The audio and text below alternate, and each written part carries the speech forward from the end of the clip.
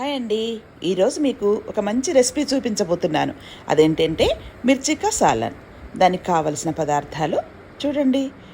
పల్లీలు 2 స్పూన్లు, నువ్వులు ఒక 2 స్పూన్స్, జీలకర్ర 2 స్పూన్స్, ధనియాలు 2 స్పూన్స్, కొంచెం కొబ్బరి, అల్లం వెల్లుల్లి, ఉల్లిపాయలు కూడా ఒక ఉల్లిగడ్డ కట్ చేసి పెట్టుకోవాలి. ఒక 4 పచ్చిమిరపకాయలు, 3 లేక 4 పచ్చిమిర్చి కారం కోసం. ఇలా 2 కట్ చేసుకొని ఒక ప్లేట్లోకి తీసి పెట్టుకోవాలి. శుభ్రంగా కడిగి కట్ చేసి పెట్టుకున్నాను.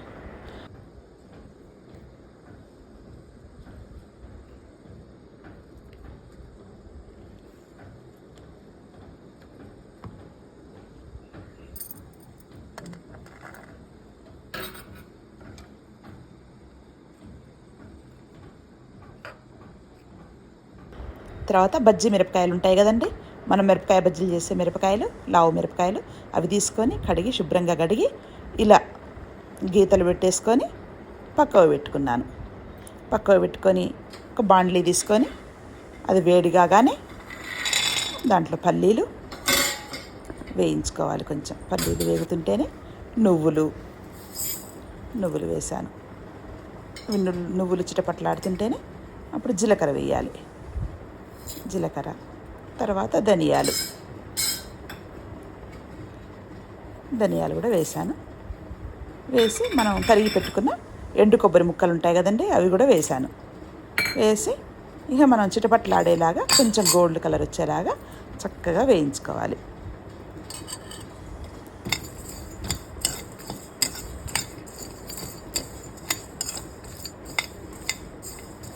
ఇవి కాస్త వేగుతుంటేనే మనం తీసి పెట్టుకున్న అల్లం వెల్లుల్లి ఉంది కదండి, వాటిని కూడా దీంట్లోకి యాడ్ చేసుకోవాలి. కొంచెం పచ్చి వాసన అన్నది లేకుండా చక్కగా ఉంటాయన్నమాట. చూడండి, చిన్న ముక్క అల్లం ముక్క, ఒక 5 రెబ్బలు ఇవి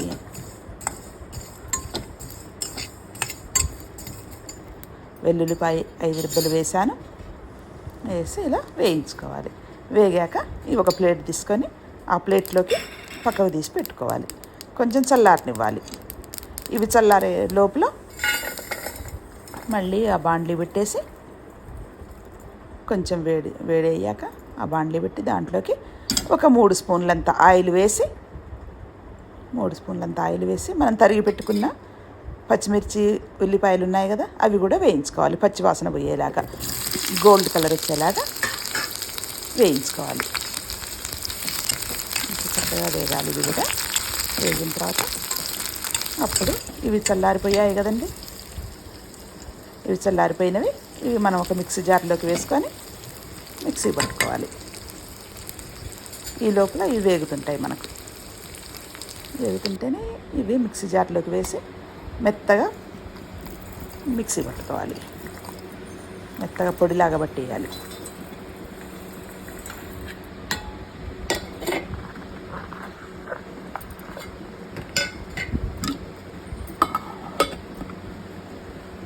ఈ లోపల ఉల్లిపాయలు కూడా పక్కకు తీసి పెట్టుకున్నాం, అవి కూడా చల్లారాయి. ఇలా పొడి అవుతుంది. ఇలా పొడి చేసుకున్నాను.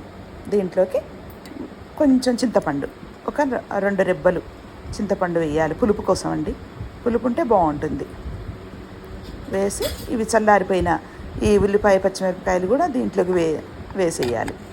వేసి మెత్తగా పేస్ట్ లాగా తయారు చేసుకోవాలి. ఇలా వేసేసి మెత్తగా పేస్ట్ లాగా చేసుకోవాలి.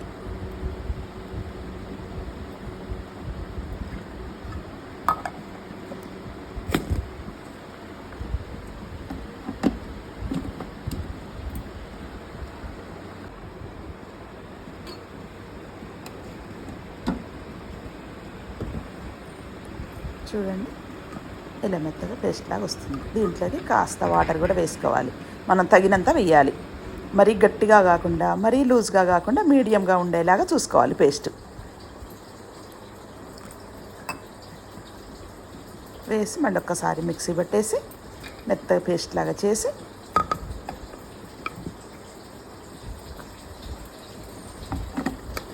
ఒక బాండ్లీ పెట్టుకొని మళ్ళీ ఆ బాండ్లీలో కాస్త ఆయిల్, ఒక 4 స్పూన్ల ఆయిల్ వేయాలి.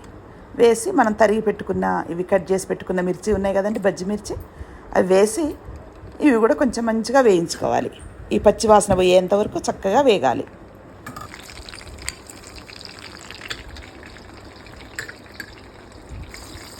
చూడండి చక్కగా మంచిగా వేగాయి కదా. ఇలా మంచిగా వేగాక ఒక ప్లేట్లోకి తీసి పెట్టుకోవాలి. ఇవన్నీ తీసేయాలి. తీసి మళ్ళీ ఒక ప్లేట్లోకి పెట్టేసుకోవాలి. మళ్ళీ చక్కగా వేగిపోయాయి చూడండి, పచ్చివాసన అంతా పోయి బాగుంటుంది. ఇప్పుడు మళ్ళీ ఆ బాండ్లీలో మళ్ళీ ఇంకాస్త ఆయిల్ వేసి మళ్ళీ ఒక 4 స్పూన్లంత ఆయిల్ చాలా పడుతుందండి. ఈ మిర్చి కా సాలాన్కు మీరు ఆయిలే టేస్ట్, ఆయిల్తోటే బాగా అవుతుందన్నమాట. ఆయిల్ వేసి కొంచెం జీలకర్ర, కాస్త ఆవాలు వేసుకోవాలి. కాస్త నేను ఆవాలు వేసాను, కొంచెం అంత జీలకర్ర, చూడండి ఇంత జీలకర్ర వేసేసి కొంచెం ఇంగు వేసుకోవాలి. మీ ఇష్టం అండి, కావాలనుకున్న వాళ్ళు వేసుకోవచ్చు, వద్దనుకున్న వాళ్ళు దాన్ని తీసేయచ్చు. నేనైతే ఇంగు కంపల్సరీ వాడతానండి. కాస్త ఇంగు వేసాను. ఇలా పోపు అవుతుంటేనే మనం ఇది మిక్సీ పట్టుకున్న ఈ పేస్ట్ ఉంది కదా, ఈ పేస్ట్ కూడా ఆయిల్లోకి వేసి మంచిగా వేయించుకోవాలి. ఈ పేస్ట్ అంతా ఆయిల్లో ఒక 3 నిమిషాలు చాలండి. 3 లేక 4 నిమిషాల్లో మంచిగా ఇది అవుతుంది. దాంట్లోనే కాస్త పసుపు వేసుకోవాలి కలర్ కోసం అండి. తర్వాత సాల్ట్ కూడా యాడ్ చేసుకోవాలి. మనకు రుచికి తగ్గట్టుగా సాల్ట్, మనం తినేదాన్ని బట్టి సాల్ట్ వేసుకోవాలి. వేసాక కలర్ కోసం మిర్చి పౌడర్ వేయాలండి. వేస్తే మంచిగా కలర్ బాగా వస్తుంది అనమాట. మిర్చి కసాలం చాలా బాగుంటుంది. అందుకని నేను కొంచెం ఈ కారం కూడా వేసాను. 1 స్పూన్ అంతా కారం వేసాను. మనం తినేదాన్ని బట్టి అండి. మీరు ఎక్కువ తింటే కొంచెం ఎక్కువ వేసుకోవచ్చు. కొంచెం మేము తక్కువగా తింటాం కాబట్టి కొంచెం తక్కువ వేసాను. వేసి ఇలా ఇక మంచిగా మంచిగా కలవాలి. కలిసి ఈ పేస్ట్ అంతా చక్కగా ఉడకాలి. మంచిగా ఉడికి ఆయిల్ అంతా పైకి రావాలి. ఇలా వేయించుకొని ఒక మూత పెట్టేసేయాలి. కాస్త వాటర్ కూడా వేసుకోవాలి ఇప్పుడే, ఎందుకంటే నాకు ఎందుకో కొంచెం గట్టిగా అనిపించింది. అందుకని ఇంకొంచెం వాటర్ కూడా యాడ్ చేసుకున్నాను. వాటర్ వేసాక కొంచెం కలియబెట్టి 2 నిమిషాలు మూత పెట్టాలండి. ఒక 2-3 నిమిషాలు మూత పెట్టి మగ్గనివ్వాలి. మంచిగా మూత పెడితే ఏమవుతుంది, లోపలంతా మగ్గి ఆయిల్ అన్నది ఉడికిపోయి పేస్ట్ అంతా ఆయిల్ అన్నది పైకి తేలుతుంది. చూడండి ఇప్పుడు ఎంత చక్కగా అయిందో. అదిగో ఉడికిపోయింది చూసారా, ఇలా ఉడుకుతుంది అన్నమాట. ఉడికి ఆయిల్ పైకి వస్తుంది. ఎక్కువసేపు అవసరం లేదండి, 2 నిమిషాలు. తర్వాత మనం ఈ వేయించుకున్న ఈ మిర్చి ఉంది కదా, ఆ మిర్చి కూడా ఆ పేస్ట్లోకి వేసేయాలి. వేసి ఒక్క 3 నిమిషాలు 4 నిమిషాలు అంతే కొంచెం ఉడకనివ్వాలి. ఇలా కొంచెం మూత పెట్టుకోవచ్చు. కొద్దిసేపు మూత పెట్టి కొంచెం మగ్గనివ్వాలి. ఒక 2 నిమిషాలు తర్వాత చూడండి 2 నిమిషాల్లో ఎలా అయిందో. ఆయిల్ మొత్తం పైకి వచ్చేసింది. మిర్చి కసాలా రెడీ అయింది. మీరు కూడా టేస్ట్ చేసి ఎలా ఉందో నాకు కామెంట్ బాక్స్లో చెప్పండి. ఇది బిర్యానీలోకి, తర్వాత జీరా రైస్లోకి, మన మామూలు రైస్లో వైట్ రైస్లో కూడా చాలా బాగుంటుందండి. అసలు చాలా చాలా టేస్టీగా ఉంటుంది. ఇది మీరు కూడా ఒకసారి చేసుకొని టేస్ట్ చూసి ఎలా ఉందో చెప్పండి. నా వీడియో కనుక నచ్చితే చూసారా, ఒక బౌల్లోకి వేసేసుకోవాలి. మళ్ళీ అయిపోయింది కదా, కర్రీ మొత్తం అయిపోయింది. మనం ఒక సర్వింగ్ బౌల్లోకి సర్వ్ చేసేసుకోవాలి. కొద్దిసేపు మూత పెట్టి ఉంచాం కదా, అది మగ్గిపోయింది. ఇప్పుడు సర్వింగ్ బౌల్లోకి తీసుకున్నాను.